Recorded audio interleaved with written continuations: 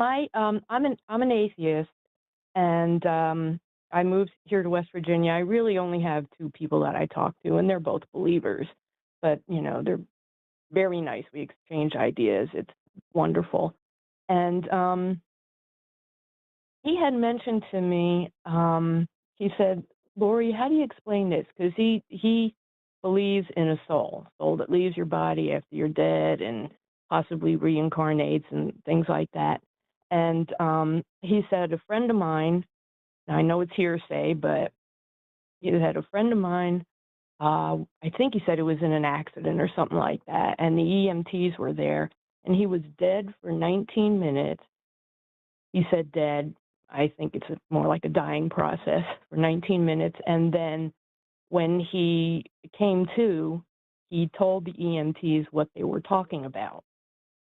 Now, is that part of your brain maybe still working while you're in that process, whatever that process is?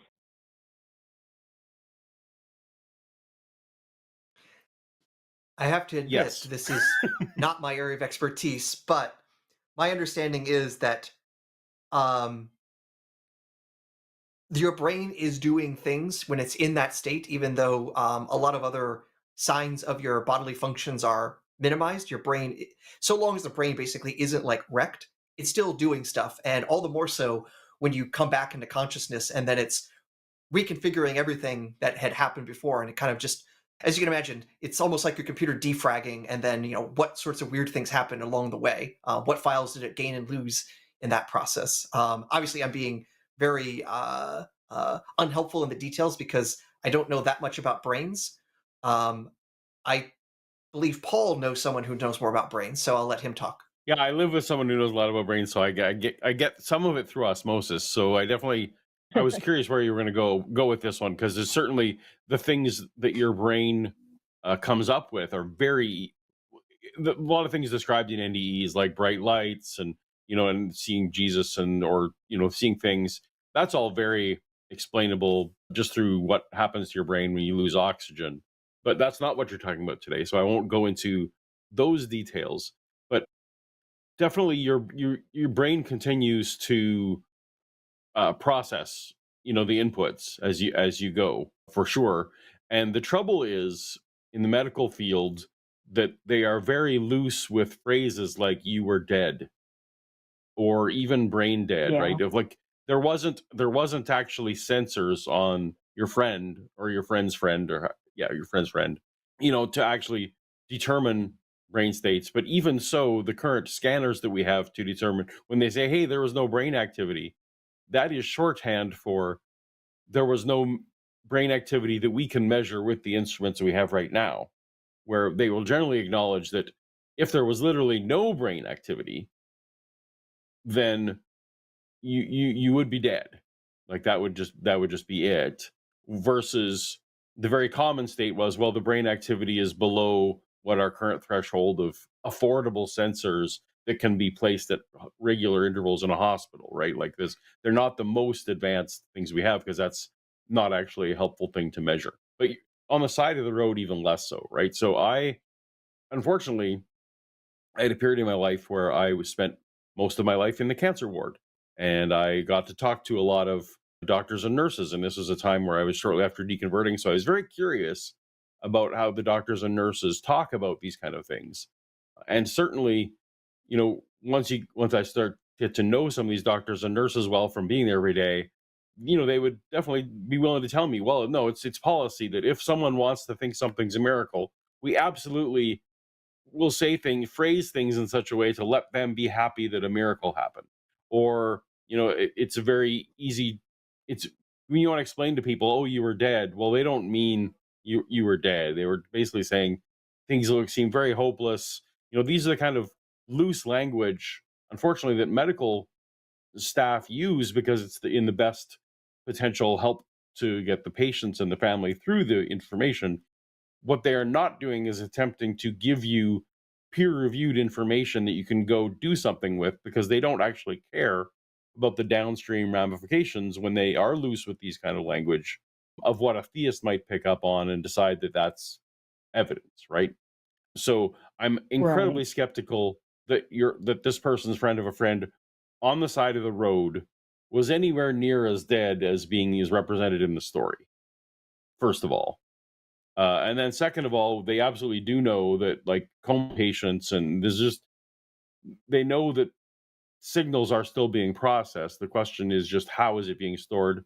As Aaron was describing, when you wake up, there's even just when you wake up from sleeping, sometimes it takes you a little bit of time to figure out, oh, which parts are what's happening in the room right now and which parts are from the dream I was just having. Those are all things that do happen in NDE situations. And every time I've researched in depth into an NDE, so Lee Strobel keeps writing books about this, so I keep having to investigate each and every one. And when you dig deep on the individual cases, they're very pathetic. Like it's to the level of what you just said. It's like, well, no, I was on the side of the road and the ambulance driver, the ambulance helpers thought I was told me I was dead for 19 minutes. Well, were you? Like, yeah. So I don't know if any of that is helpful to you, but you absolutely can process data. When your brain starts being deprived of oxygen, it does weird things. It starts flooding your brain with like serotonin and dopamine and other endorphins. Like that's a well-known phenomenon that it starts to flood your brain with those kind of things. Your temporal lobe starts making stuff up, and these are all like common things with hypoxia they can study, right? And your neurons start firing that normally wouldn't. These are just feel like the person who's making this argument should absolutely go study what are the effects of oxygen deprivation on a brain. And 19 minutes would have definitely started some oxygen deprivation if indeed they were as dead as they say. So yeah, this can all be studied, and I'm unimpressed. I don't know about Aaron. I was just reminding myself of a anecdote that had come up because I remember this anecdote being given by a talk by Mike Licona that I attended many moons ago. And this was an NDE report, or I shouldn't even say report, NDE story about a woman named Maria who apparently had an out-of-body experience while she was in the hospital ward, and she could float up and see this red shoe on a ledge that wasn't possibly visible even from her bedside, let alone anything else.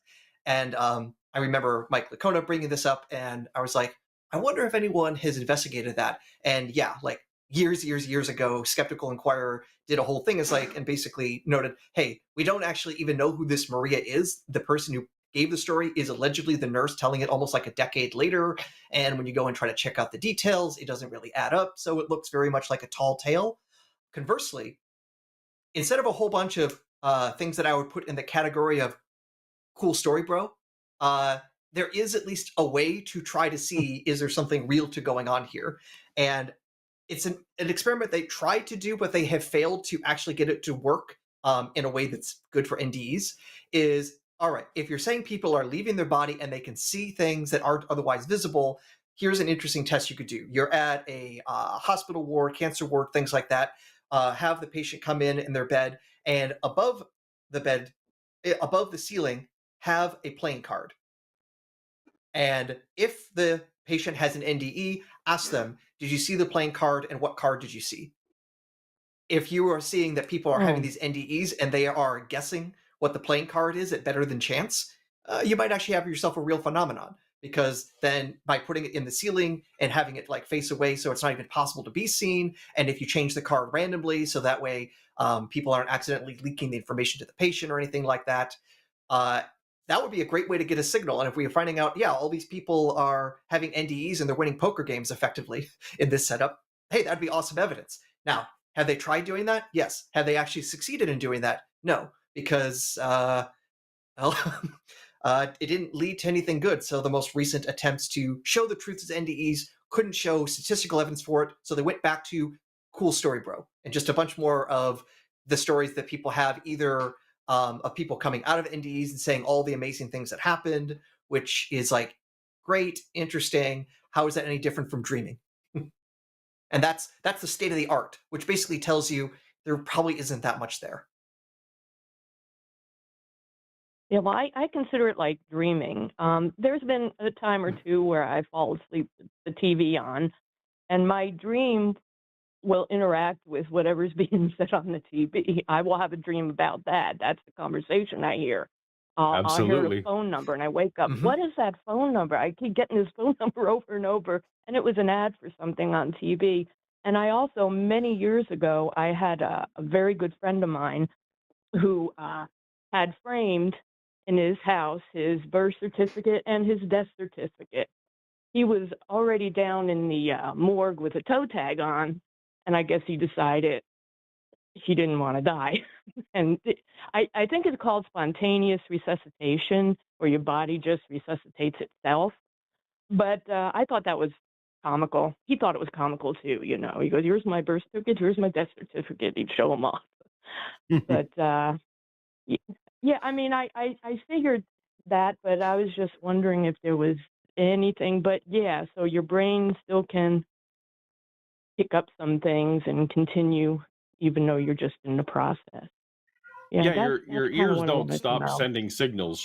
Yeah, your ears continue to Yeah. send the signals. Whether it all just depends on what's on the other end to receive it. So I like your Yeah. analogy about the dreams. That's very apt. Yeah. Yeah, as a matter of fact, I fell asleep one time and I was having a fight with my friend in my dream, and she kept saying, "You need to get help. You should probably seek help." And I was getting so mad, and I woke up and hand to God or hand to whatever. Shannon was on the show, and she was talking to somebody on the show and suggesting that maybe they should seek help, and that's what I was dreaming. Well, Crazy, I will let her but know that she's a subconscious influence on people. yeah, she's getting into my head. Tell her to stop it. Will do, yeah. Okay, well, thank you so much for your help and your conversation, guys. I appreciate it. Thanks, Lori. Good luck. Thank you. Okay, All right. Have a great bye night. now. Bye.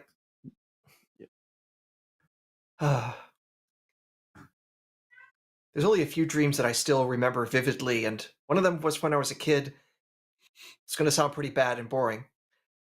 It was the opening to Fraggle Rock. That was my dream. Theme music and everything. I love the doozers. Yeah, I clearly watched too weirdly, much television as a kid. yeah. Weirdly, I'm quite advanced in age these days, but still, whenever I have my vivid dreams, like the dreams I end up remembering, I'm almost always in Bible school for some reason. Like I'm always back in my. It always starts. I don't know, both before and after theism. It's just that's where my memorable dreams always start. Bible school. So something about that place. Maybe that's evidence for theism. Let me know. Well, I haven't had dreams like that, probably because when I went to Sunday school, it was just too boring to even worth remember.